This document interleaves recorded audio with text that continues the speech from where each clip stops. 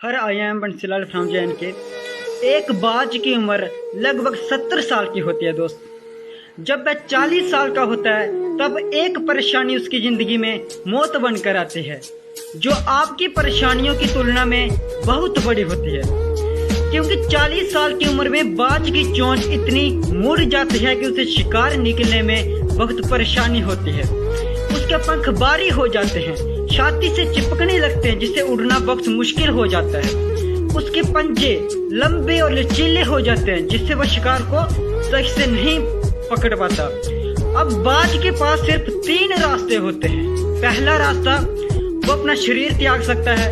दूसरा, गिद्ध की तरह छोड़े हुए भोजन पे निर्भर हो जाए, क्योंकि चोंच बैंड हो गई, शिकार निकलने में बहुत परेशानी होती है। पंख बारी हो गए, उड़ना दिक्कत, उसके पंजे लंबे और लचीले हो जाते हैं, शिकार को सही से नहीं पकड़ पाता। तीसरा, सबसे कठिन और पीड़ादायक रास्ता, अपने आप को पुनः स्थापित का फिर से आसमान का सीना चीर कर उड़ने के लिए, और वो इसी तीसरे रास्ते को चुनता है और अपने एरिया की सबसे ऊंची चोटी पे पहुंच जाता है। वहां पर अपना घोंसला बनाता है और फिर शुरू होता है परेशानियों को जड़ से उखाड़ कर आसमान में उड़ने का सफर। वह अपनी चोंच को सामने वाले पत्थर पर मार मार के तोड़ देता है, लहू लुहान हो जाता है, पीड़ा से मर रहा होता है और इंतजार करता है नई चोंच का। कहानी यही खत्म नहीं हुई। उसके बाद अपनी नई चोंच से अपने पंजों को काट देता है और फिर इंतजार करता है नए पंजों के उगाने का।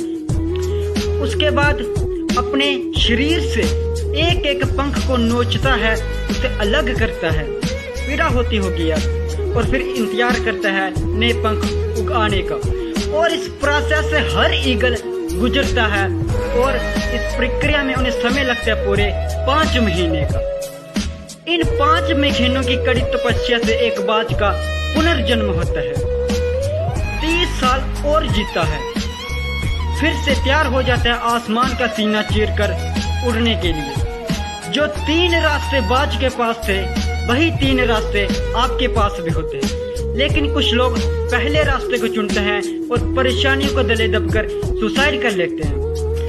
ज्यादातर लोग दूसरे रास्ते को चुनते हैं और परेशानियों का बोझ पड़ते ही अपने लक्ष्य को छोड़कर एक नॉर्मल लाइफ जीने लगते हैं। और कुछ वो लोग भी होते हैं जो बाज की तरह अपनी मेहनत के दम पर बाज की तरह आसमान की बुलंदियों को छूते हैं।